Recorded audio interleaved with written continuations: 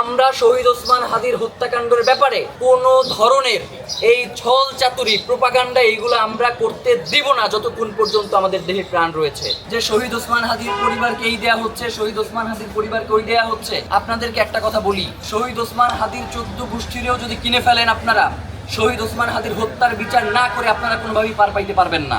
আমরা আজকে শহীদ ওসমান হাদিকে গুলি করার 53 দিন, তার শাহাদাতের আজকে 47তম দিন। আমরা অলরেডি বুঝে গিয়েছি যে বাংলাদেশে যেই তদন্ত করা হচ্ছে সেই তদন্তের মধ্য দিয়ে এই শহীদ ওসমান হাদিকে হত্যা করার পিছনে কারা কারা রয়েছে, কারা এখন পর্যন্ত এই হত্যাকারীদেরকে আড়াল করবার জন্য আপ্রাণ চেষ্টা করে যাচ্ছে, তারা এই তদন্তের মাধ্যমে উঠে আসবে না। যার কারণে আমরা আপনাদের মাধ্যমে বর্তমান অন্তর্বর্তীকালীন সরকারকে একটা আবেদন জানাতে চাই। আপনি তো আর মাত্র অল্প কয়েকদিন এই দায়িত্বের মধ্যে আছেন। আপনাকে একটা কথা বলি, এই জনগণ আপনাকে আজীবন মনে রাখবে। শুধু আপনি যাওয়ার আগে একটা কাজ করে যান। আপনি জুলাই গণহত্যা নিয়ে জাতিসংঘকে একটা তদন্ত করবার জন্য তাদেরকে আহ্বান জানিয়েছিলেন। জাতিসংঘ তার জায়গা থেকে একটা নিরপেক্ষ তদন্ত করবার চেষ্টা করেছে। পৃথিবীর বহু দেশে জাতিসংঘের অধীনে বিভিন্ন গণহত্যার তদন্ত হয়েছে এবং ব্যক্তি হত্যারও তদন্ত হয়েছে। লিবিয়ার সাবেক প্রধানমন্ত্রী রফিক হারিরির যেই তদন্ত, সেটা জাতিসংঘের অধীনে বাস্তবায়িত হয়েছে এবং এর পিছনে যেই খুনি রয়েছে তাদেরকে জাতিসংঘের অধীনে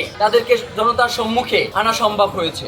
আমরা আপনাদের কাছে বলতে চাই যে শহীদ ওসমান হাদির এই খুনের পিছনে দেশি বিদেশি চক্র জড়িত রয়েছে, যার কারণে আন্তর্জাতিকভাবে জাতিসংঘের অধীনে যাতে শহীদ ওসমান হাদি হত্যা মামলার তদন্ত হয়, যার কারণে বর্তমান অন্তর্বর্তীকালীন সরকারের প্রধান উপদেষ্টা ডক্টর মোহাম্মদ ইউনূসকে আমরা শহীদ ওসমান হাদির পরিবার এবং ইনকিলাব মঞ্চের পক্ষ থেকে আহ্বান জানাতে চাই, আগামী 24 ঘন্টার মধ্যে আপনি জাতিসংঘের কাছে একটি শহীদ ওসমান হাদির হত্যার তদন্তের জন্য একটি চিঠি প্রেরণ করুন। যে গত কয়েকদিন ধরে মিডিয়ার মাধ্যমে আপনারা দেখছেন যে শহীদ ওসমান হাদির পরিবারকে এই দেয়া হচ্ছে, শহীদ ওসমান হাদির পরিবারকে ওই দেয়া হচ্ছে। আপনাদেরকে একটা কথা বলি, শহীদ ওসমান হাদির 14 গোষ্ঠীরেও যদি কিনে ফেলেন আপনারা, শহীদ ওসমান হাদির হত্যার বিচার না করে আপনারা কোনোভাবেই পার পাইতে পারবেন না। আপনাদেরকে অবশ্যই শহীদ ওসমান হাদির হত্যার বিচার করতে হবে। প্রেসিডেন্ট জিয়াউর রহমানের শাহাদাতের পরে তার পরিবারকে সাহায্য সহযোগিতা করা হয়েছে, সেই ব্যাপারটা নিয়ে আমি কাউকে কোনো প্রশ্ন করতে দেখি নাই।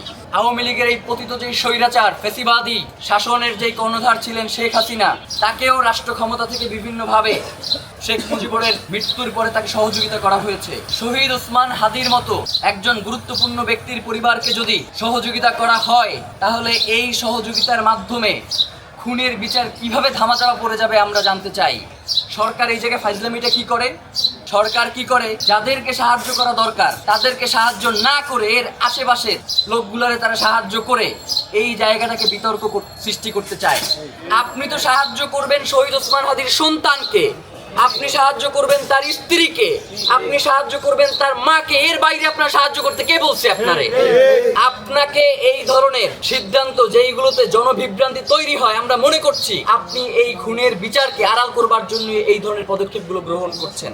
আমরা শহীদ ওসমান হাদির হত্যাকাণ্ডের ব্যাপারে কোনো ধরনের এই ছল চাতুরি প্রোপাগান্ডা এইগুলো আমরা করতে দিব না যতক্ষণ পর্যন্ত আমাদের দেহে প্রাণ রয়েছে। রাষ্ট্রের পক্ষ থেকে এখন পর্যন্ত শহীদ ওসমান হাদির শাহাদাতের পর থেকে এখন পর্যন্ত রাষ্ট্র কোনোভাবে সংবাদ সম্মেলন করে বলতে পারবে না যে এই বাদী বা যারা রয়েছে এই খুনের ব্যাপারে আমাদেরকে সাহায্য করতে চায়, আমাদের পক্ষ থেকে তাদেরকে কোনোভাবে অসহযোগিতা করা হয়েছে। কিন্তু রাষ্ট্র আমাদের কাছে আসতেছেই না, আমরা কিভাবে সহযোগিতা করবো আমাদেরকে বলেন? যার কারণে আমরা আপনাদেরকে জানাতে চাই, শহীদ ওসমান হাদির হত্যার বিচার না হওয়া পর্যন্ত বাংলাদেশে ইনসাফের যাত্রা শুরু হতে পারে না। আমরা এটা বিশ্বাস করি না। বাংলাদেশে ইনসাফের যাত্রা শুরু হইতে হইলে শহীদ ওসমান হাদির হত্যার বিচার হইতেই হবে।